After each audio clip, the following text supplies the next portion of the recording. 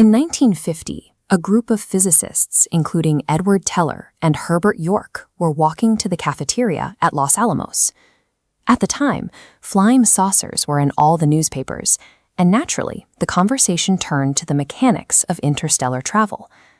Right in the middle of lunch, one of them blurted out the simple, mathematically driven question, where is everybody?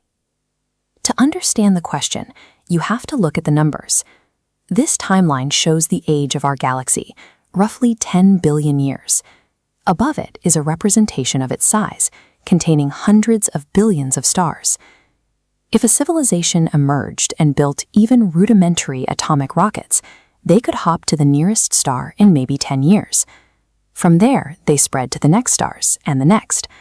Doing it slowly, a civilization could colonize the entire galaxy in 100 million years. 100 million years sounds long to us, but compare it to the age of the galaxy. If a civilization started anywhere in this 10 billion year window, they should have saturated every corner of the Milky Way by now. The fact that nobody is here points to a glaring mathematical mystery. It suggests that even with billions of years to play with, there is something about the nature of space itself that prevents a neighbor from ever stopping by.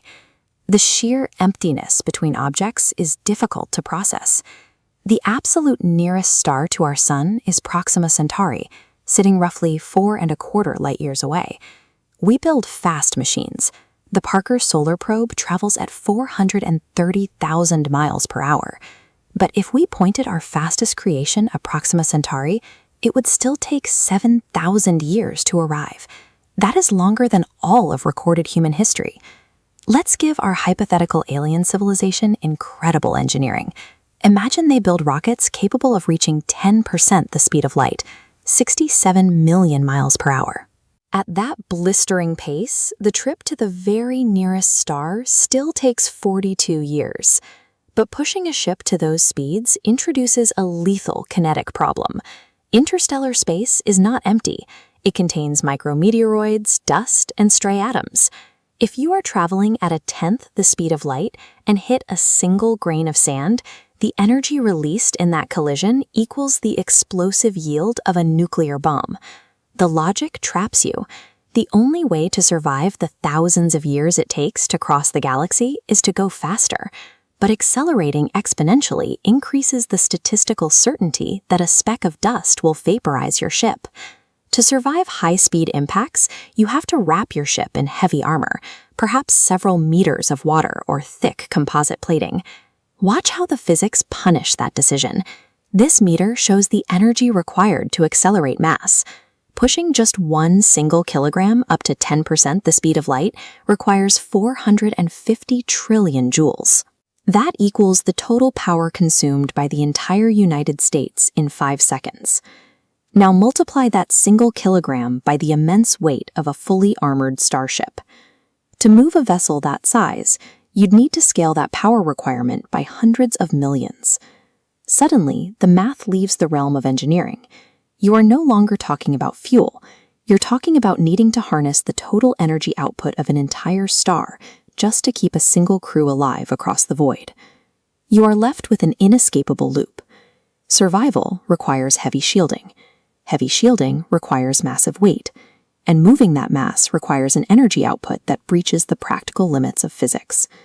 Attempts to bypass this with warp drives or wormholes move the conversation away from technology and into the realm of magic. These concepts rely on physics we've never observed and particles that likely don't exist. The math behind a warp drive requires something called exotic matter, which has a negative energy density.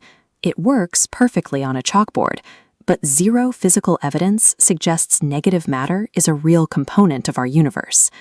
Even if you find the energy and survive the dust, the sheer passage of time remains. If you go fast enough, time dilates for the crew, but back home, the clock ticks on for centuries or millennia. Over 10,000 years, empires rise and fall, languages mutate. By the time a deep space mission finally sends back a signal, the people who funded the launch are long dead, and their entire civilization may have turned to dust. This points toward a much more boring reason for the silence. Advanced civilizations likely reach the same conclusion. The reward of exploring a distant star system doesn't justify the literal planetary scale investment required to get there. An advanced society runs the cosmic cost-benefit analysis and comes to a completely rational conclusion. They stay home. Life likely exists elsewhere. Some of it may be highly intelligent, but because the distances are too immense and the energy costs too steep, they are trapped in their own solar systems, exactly like we are. This isolation is not a tragedy.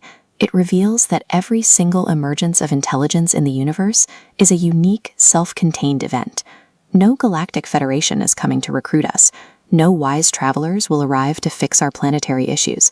We have to solve our own problems using our own resources, and we have plenty to do. Our own solar system holds hundreds of moons and thousands of asteroids. The exploration potential in our immediate cosmic backyard is staggering. The universe has rules, and it enforces them without caring about our science fiction fantasies. Accepting those hard limits allows us to finally appreciate the rare, quiet miracle of existing exactly where we are.